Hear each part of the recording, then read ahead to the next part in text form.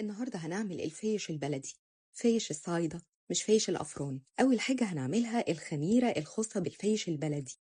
معانا 4 معالق كبيرة من السمسم الني أو المتحمص، ومعانا 1.5 كوب من اللبن، بس أنا نسيت أصور النص. وخليني أقول لكم لازم اللبن يبقى سخن جدا بيغلي، ونجيب برطمان يكون متعقم وجاف جدا، وتحطي السمسم على اللبن وتحطيهم في البرطمان بعد ما تكوني قلبتي، وهنشيلهم في مكان دافي، المكان ما يكونش بيدخله هواء. انا بشيلهم في الاير فراير علشان برنامج التخمير، بشغله شويه واسيبه لغايه لما يفصل وبسيبها لتاني يوم.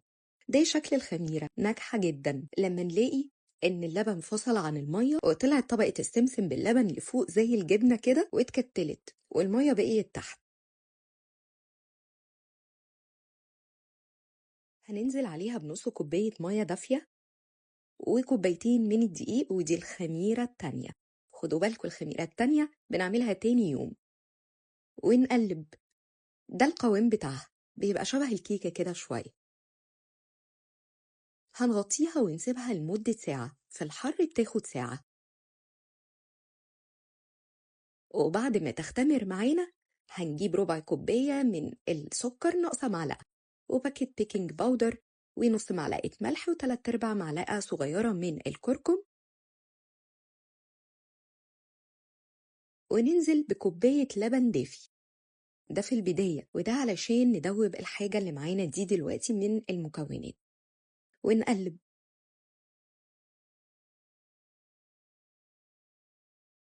وكمان هننزل بنص مقدار السمن بتاعنا أو جزء منه. شايفين؟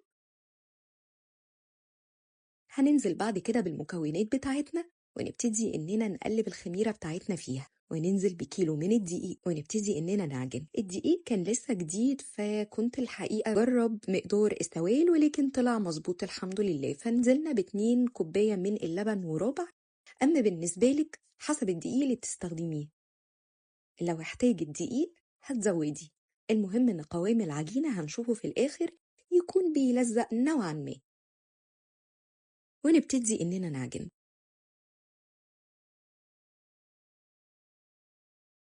كان المفروض يبقى فيه 4 معالق كبيرة من السمسم المحمص أحطهم في السوائل، ولكن نسيتهم فحطيتهم في الآخر وعجنت كويس.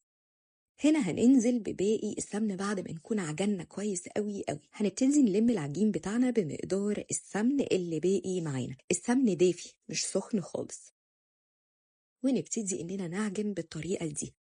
هتلاقي العجين في إيدك بقى عامل زي القطن وطري جدا، وبطل إنه يلزق. خدي بالك إمتى بيبقى يلزق وإمتى ما يبقاش بيلزق. لما نلمه بالسمن بالشكل ده يبقى خلص بيمط معانا كده، وتبقى العجينة مش بتلزق.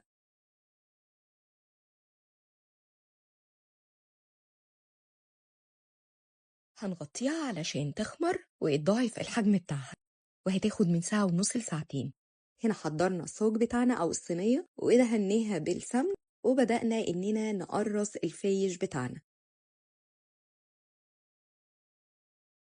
ده السمك اللي احنا عايزينه، لأن أنا مش بحب إنه يكون مرتفع قوي.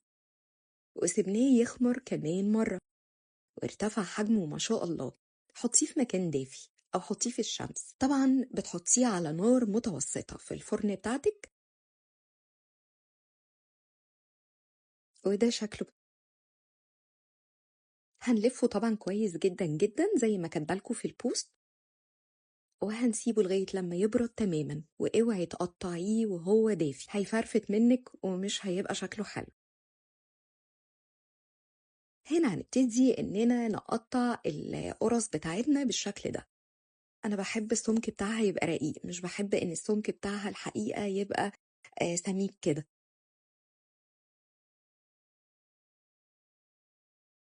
هنقطعها بالطريقة دي.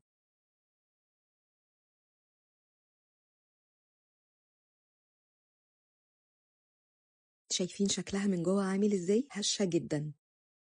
نحط في الفرن الفيش بتاعنا ونوطي النار على 150 درجة تقريبا كده، ونسيبه لغاية لما يبتدي ينشف معانا، ونقلبه على الناحية التانية، وعشان ياخد اللون نشغله الشواية في الآخر خالص.